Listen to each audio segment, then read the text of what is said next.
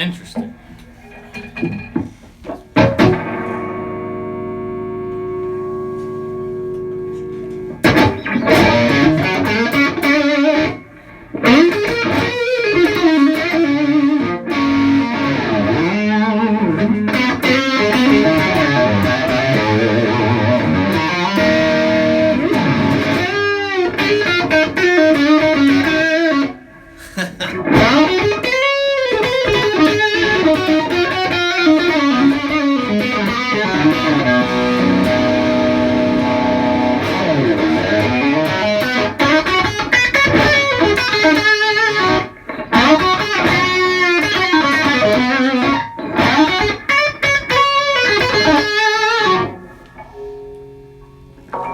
Give it a little heat.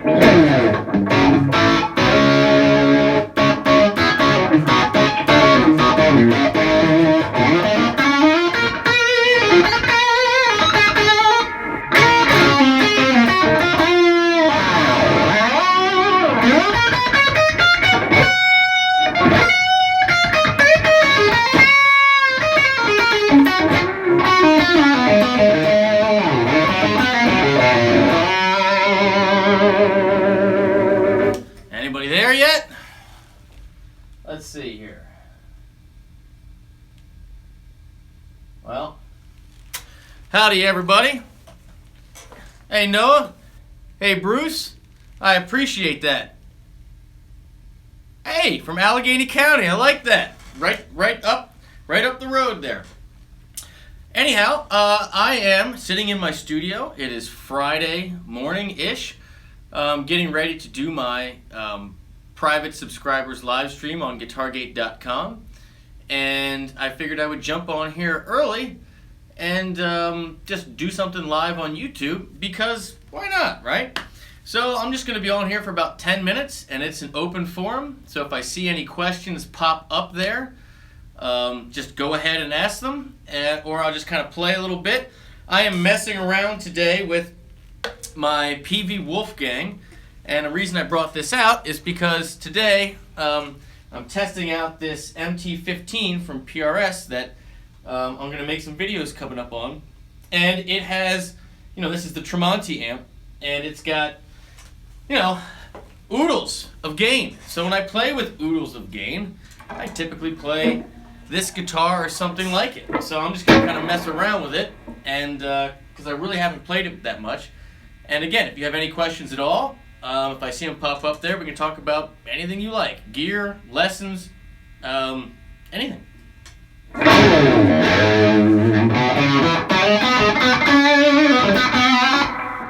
Tired this morning.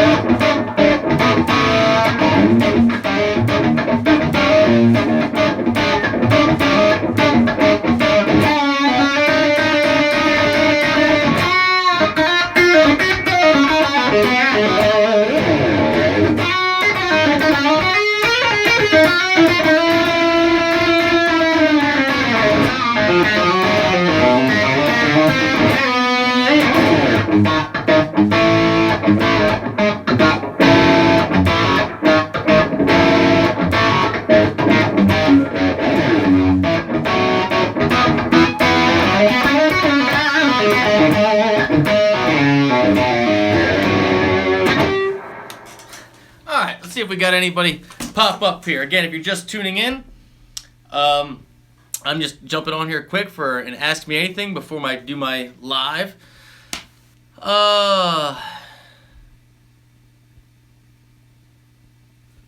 Let's see what that said. I just saw something up here. Can I explain how I picked those notes in my playing in key lesson? It was like you individually picked the notes when you were doing the going away. Now it wants you to come home, if I remember. You didn't strum the whole chord at once, and it sounded really cool. All right, Bruce. I think I follow what you're saying. Basically, I'm trying to find a way to explain music theory in a simple way that we can all understand. And I like to use the terms home for the root, whatever key you're in, going away for subdominant is what people call it, but basically just think 4 chord, if you're familiar with what that means. And then going home for dominant sounds, which is basically the 5 chord. So, for example, if I'm in the key of G, right? I'll back up a little bit so you can see me here. If I'm in the key of G, your 4 chord, 1, 2, 3, 4, and I'm talking in terms of whole step, half step, whole step, half step. That is the formula for the major scale, and on top of each one of those notes you build a chord. So in G, you have G, whole step, A is 2, B is 3, C is 4, D is 5, E is 6, whole step, F sharp is 7, and then your root again is G. So when I'm on 1, this is home. This sounds like home, right? This is the story, right? The story of this tune is about this chord.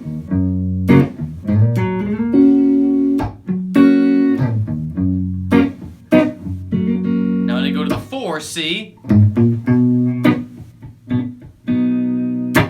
doesn't it sound like you went away from home? Like you went somewhere, like the story is changing. You're going somewhere else, right?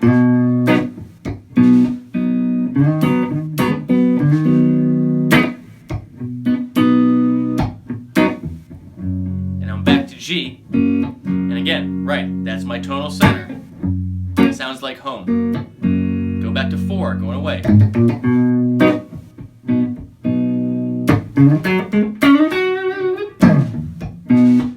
Now watch, I'm going to go to 5. That's your 5 chord, right? That's D, or D7 if you want to make it really strong. Where does that want to go? That wants to go home. Dominant equals you want to go home, which means you want to go back to your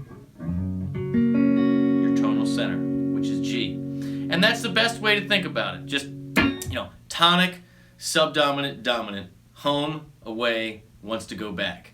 And again, for those of you just tuning in, I'm trying to use basic language to communicate basic music theory, right? 1, 4, 5. 1 is home. 4 is your subdominant, wants to go away. 5 is your dominant, wants to go back home. And you can change the key, and you'll see that the function still changes. If I move up to A, now our story is about A. A is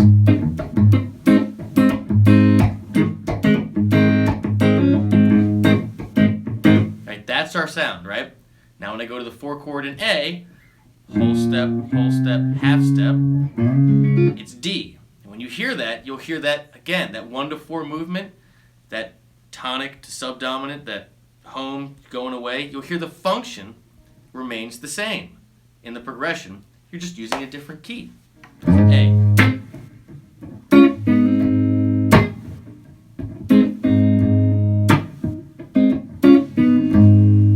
Here's your 4 chord.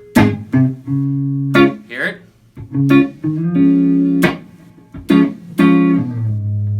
There's 1. Here's your 5. Hear that?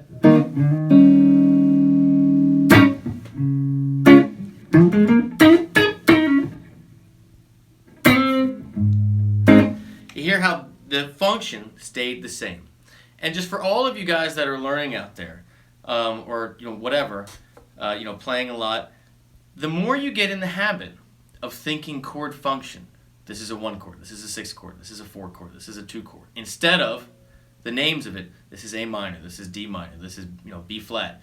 The more you start thinking in terms of function, the quicker you'll realize that you can learn songs quicker, you can improvise easier, you start thinking about the actual intervals. And what's great about learning on guitar is that unlike other instruments, you can do that irrespective of key, unlike piano where each key has literally a different fingering.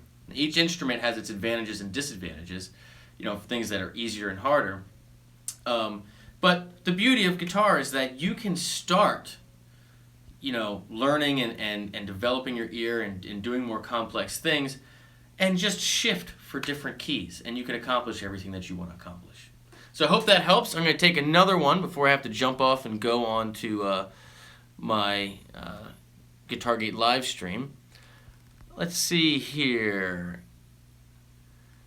All right, so music student asks, hey man, can I ask some tips on how to phrase better when improvising or soloing? Yeah. Here's the thing. So when you improvise and when you take leads, it's very easy for us to think, what are the licks? What is this lick? What am I kind of firing off here, right? And I always implore people to do a simple exercise. And I made a YouTube video. I'm obviously live, so I can't provide a link, but you can search for it. And it's entitled, Think About When to Come In and When to Play instead of What to Play. So, this is, every time someone asks this question, this is usually the first thing I think about because it's so helpful. So, for example, if I'm playing a groove like this,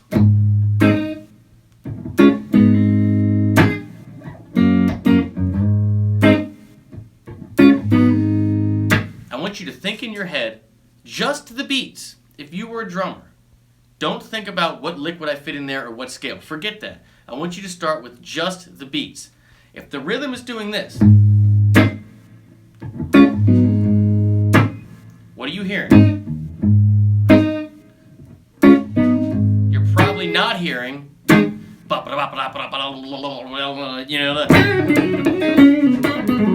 right? You're probably not hearing that. You're probably hearing like bum, bum, bum, bum, bum, bum, bum, bum, bum, bum, right? That is a personal thing for you. Whatever you hear, whatever rhythm you hear, right? That's where you start. You think, where am I coming in? What am I, but instead of what am I coming in with, just think where. And then try to hit that rhythm and start just on your root. So if I'm in A major here,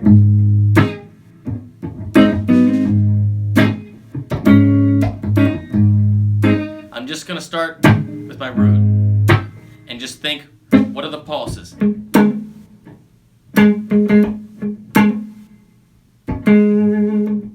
Right? And you hear that matches the rhythm, right? And then add just 1 or 2 notes of the scale.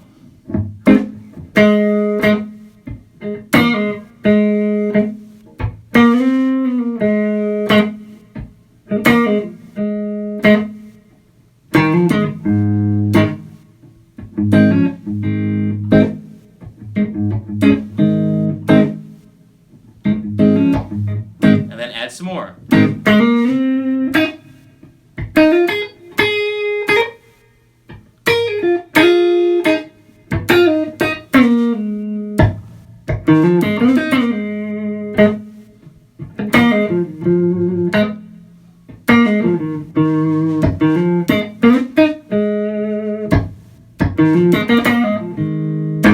Point being, I'm thinking rhythm first.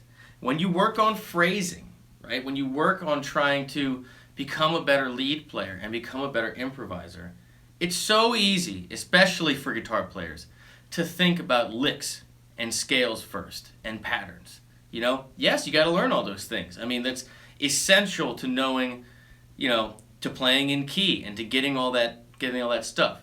But if you feel stuck, even if you're in the middle of a jam, it is so common for me with my band to be out playing and be like, you know what?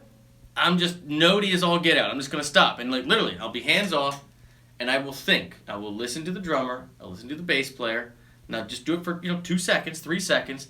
And I try to hear in my brain, when should I come in? What should my pulses be? And I think, just think in my head like I'm clapping. And then I come in, start with a chord tone. Root, third, or fifth. It's always easiest to start on the root. It's a great place to start. And then build from there with the scale. But think rhythm first. If you do that, not only will you come up with stuff that you otherwise wouldn't come up with, but you'll find that you'll play simpler and that what you play will be more potent and that you'll be more memorable because you're not thinking like a guitar player. You're thinking like you're an actual, where does it make sense for me to be in this mix? And this is especially true if you play in much larger bands. When you play in a 3-piece, the guitar player's got to do a hell of a lot more. But if you're in an 11-piece band with horns, where you come in is so much more important than what you come in with. Case in point, and I'm going to leave it here because I got to jump on my private guitargate.com stream in a minute, is James Brown. You listen to James Brown stuff. Huge band. But everybody in that band, you listen to the guitar parts, a lot of it is just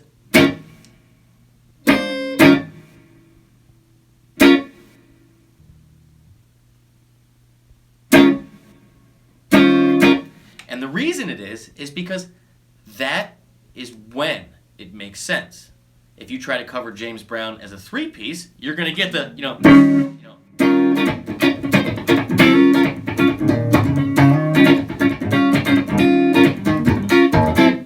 But if you're an 11-piece band, you can't do that much, right?